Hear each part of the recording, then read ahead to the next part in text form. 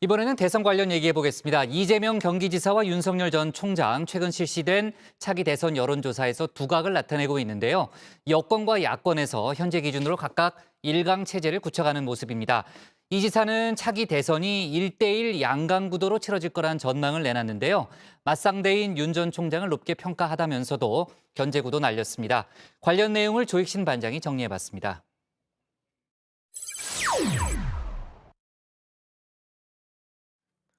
차기 대선 주자 경쟁, 최근 여론조사에서 여야 모두 1강 체제가 굳어지는 모습입니다. 오늘 나온 여론조사 결과인데요. 이재명 경기지사와 윤석열 전 검찰총장이 확실한 선두권을 형성했습니다. 여권의 최강자죠. 이 지사는 차기 대선은 1대1 대결이 될 거다 예고를 했는데요. 막상대가 유력한 윤 전 총장에게 우회로 후한 점수를 줬습니다. 특히 이 퇴임 메시지를 호평했습니다. 우리 사회가 오랜 세월 쌓아올린 상식과 정의가 무너지는 것을 더 이상 지켜보고 있기 어렵습니다. 앞으로도 제가 어떤 위치에 있든지 자유민주주의와 국민을 보호하는 데 온 힘을 다하겠습니다.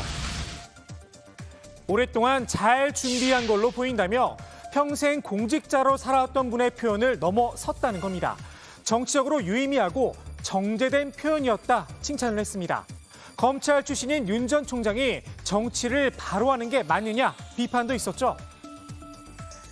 지금은 당장은 여론 지지가 높다라고 하는 것이지만 정치 군인처럼 이 정치 검사 역시 민주주의의 독초입니다. 이 지사의 생각은 조금 달랐습니다. 군인 출신인 아이젠하워도 대통령을 하지 않았느냐 되물었는데요. 결국 국민이 판단을 할 거란 겁니다. 다만 한마디 조언을 했습니다. 정치란 과거 잘못을 처벌하는 것을 넘어 새 미래를 제시하고 국정의 다양한 부분에 대한 많은 식견이 필요하다고 말입니다. 검찰 수사와 국정 운영은 다르다. 넌지시 가르침을 준 건데요. 이 지사가 윤 전 총장을 호평한 이유, 어쩌면 자신감 때문인지도 모르겠습니다. 이 지사는 차기 대선의 시대 정신으로 공정성 회복과 저성장 극복을 꼽았는데요. 공정의 아이콘이란 수사까지 붙은 윤 전 총장 입장에서 공정성 회복은 해볼 만합니다. 하지만 저성장 극복, 이건 차원이 다른 문제죠. 반면 이 지사는 공정과 저성장 문제를 해결할 본인만의 브랜드를 이미 마련했습니다. 바로 기본 시리즈입니다. 공정한 질서를 위한 제1의 기능은 역시 경제적 풍요를 우리 구성원 모두가 최소한은 함께 나누는 것이다라고 생각합니다.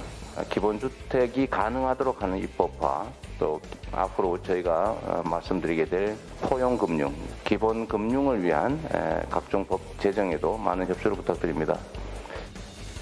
대선 주자로서 이 지사의 자신감, 강철 문자 부대를 향한 메시지에서도 고스란히 드러났었죠.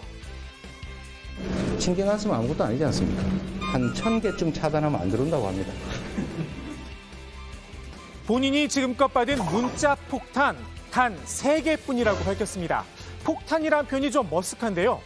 원래 사람들이 누울 자리를 보고 다리를 뻗는다며 반응을 하지 않으면 효과가 없다고 잘라 말했습니다. 이 지사 본연의 맛이 강해 미처 양념을 칠 엄두를 내지 못한 게 아닌가 싶기도 합니다.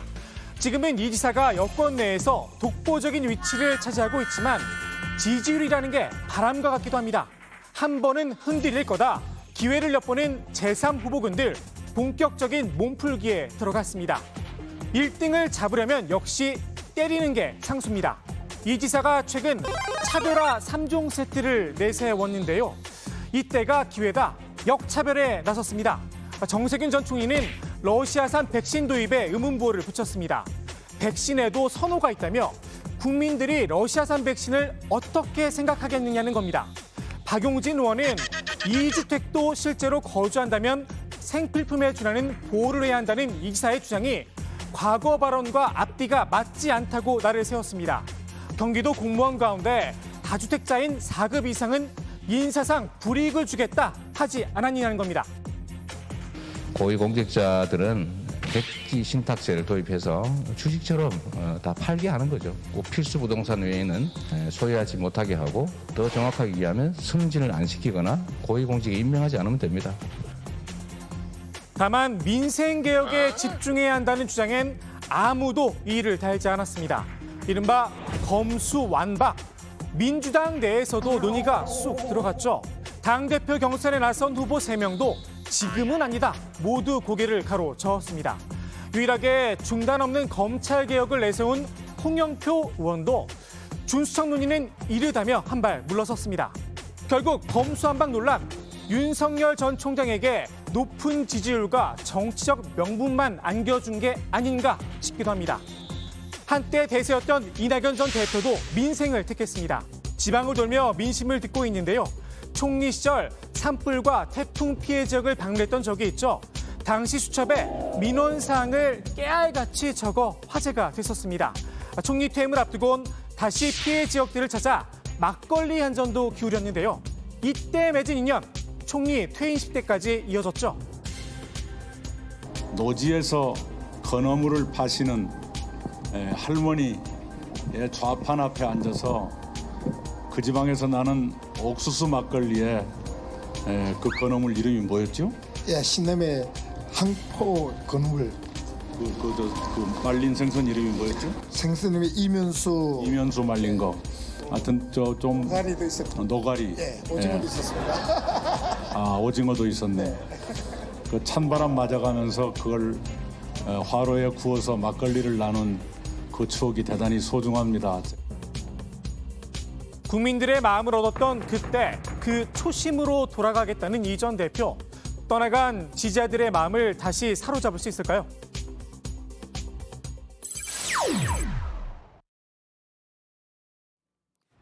일본군 위안부 피해자들이 일본 정부를 상대로 낸 손해배상 소송. 지난 1월엔 승소했지만 어제는 각화됐습니다. 똑같은 사안을 놓고 재판부가 정반대의 판결을 내놓은 건데요. 불과 석 달 만입니다. 핵심은 다른 나라의 주권 행사에 대한 재판권을 갖지 않는다. 주권 면제 적용 여부였습니다. 1차 재판에선 주권 면제를 적용하지 않았지만 이번 재판부의 생각은 달랐습니다. 위안부 관련 범죄는 전시 상황에서 일본이 공권력을 이용해 저지른 주권적 행위라서 주권 면제가 인정된다는 겁니다. 재판부는 지난 2015년 한일 위안부 합의도 유효하다고 봤습니다. 이를 현장에서 지켜보던 이용수 할머니, 결국 재판이 다 끝나기도 전에 자리를 박차고 법정을 나왔습니다. 너무너무 황당합니다. 너무 황당해요. 전부 부정 이걸로 나오니까. 피해자 측 대리인과 관련 시민단체들도 당혹감을 감추지 못했습니다. 저희 대리인단으로서는 도저히 납득하기 어려운 판결이어서 피해자들의 절박한 호소를 외면하고 인권의 최후 보루로서 책무를 져버린 오늘 판결은 역사는 부끄럽게 기록할 것이며 인권의 최후 보루로서 책무를 져버린 재판부를 규탄한다. 항소해 법원의 판단을 다시 받겠다는 입장인데요. 이용수 할머니는 국제사법재판소에 제소하겠다는 뜻을 다시 한번 밝혔습니다. 저 결과가 좋게 나고 나쁘게 나고 간에 국제사법재판소로 갑니다.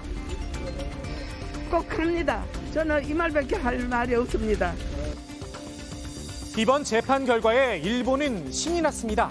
일본 언론은 한국 사법폭주에 제동이 걸렸다. 한국 법원도 옳은 판단을 할 수 있다며 대대적으로 보도를 했습니다. 일본 정부도 적절한 판결이란 입장을 냈습니다. 今回の判決がこのような試験免除についての日本政府の立場を踏まえたものであればということでありますが、適切なものと考えるところであります。 일본 내에선 문재인 대통령의 지난 1월 곤혹 발언이 이번 판결에 영향을 미쳤을 거란 분석도 나왔습니다. 또 위안부 판결 문제가 또 더해져서 솔직히 조금 곤혹스러운 것이 사실입니다.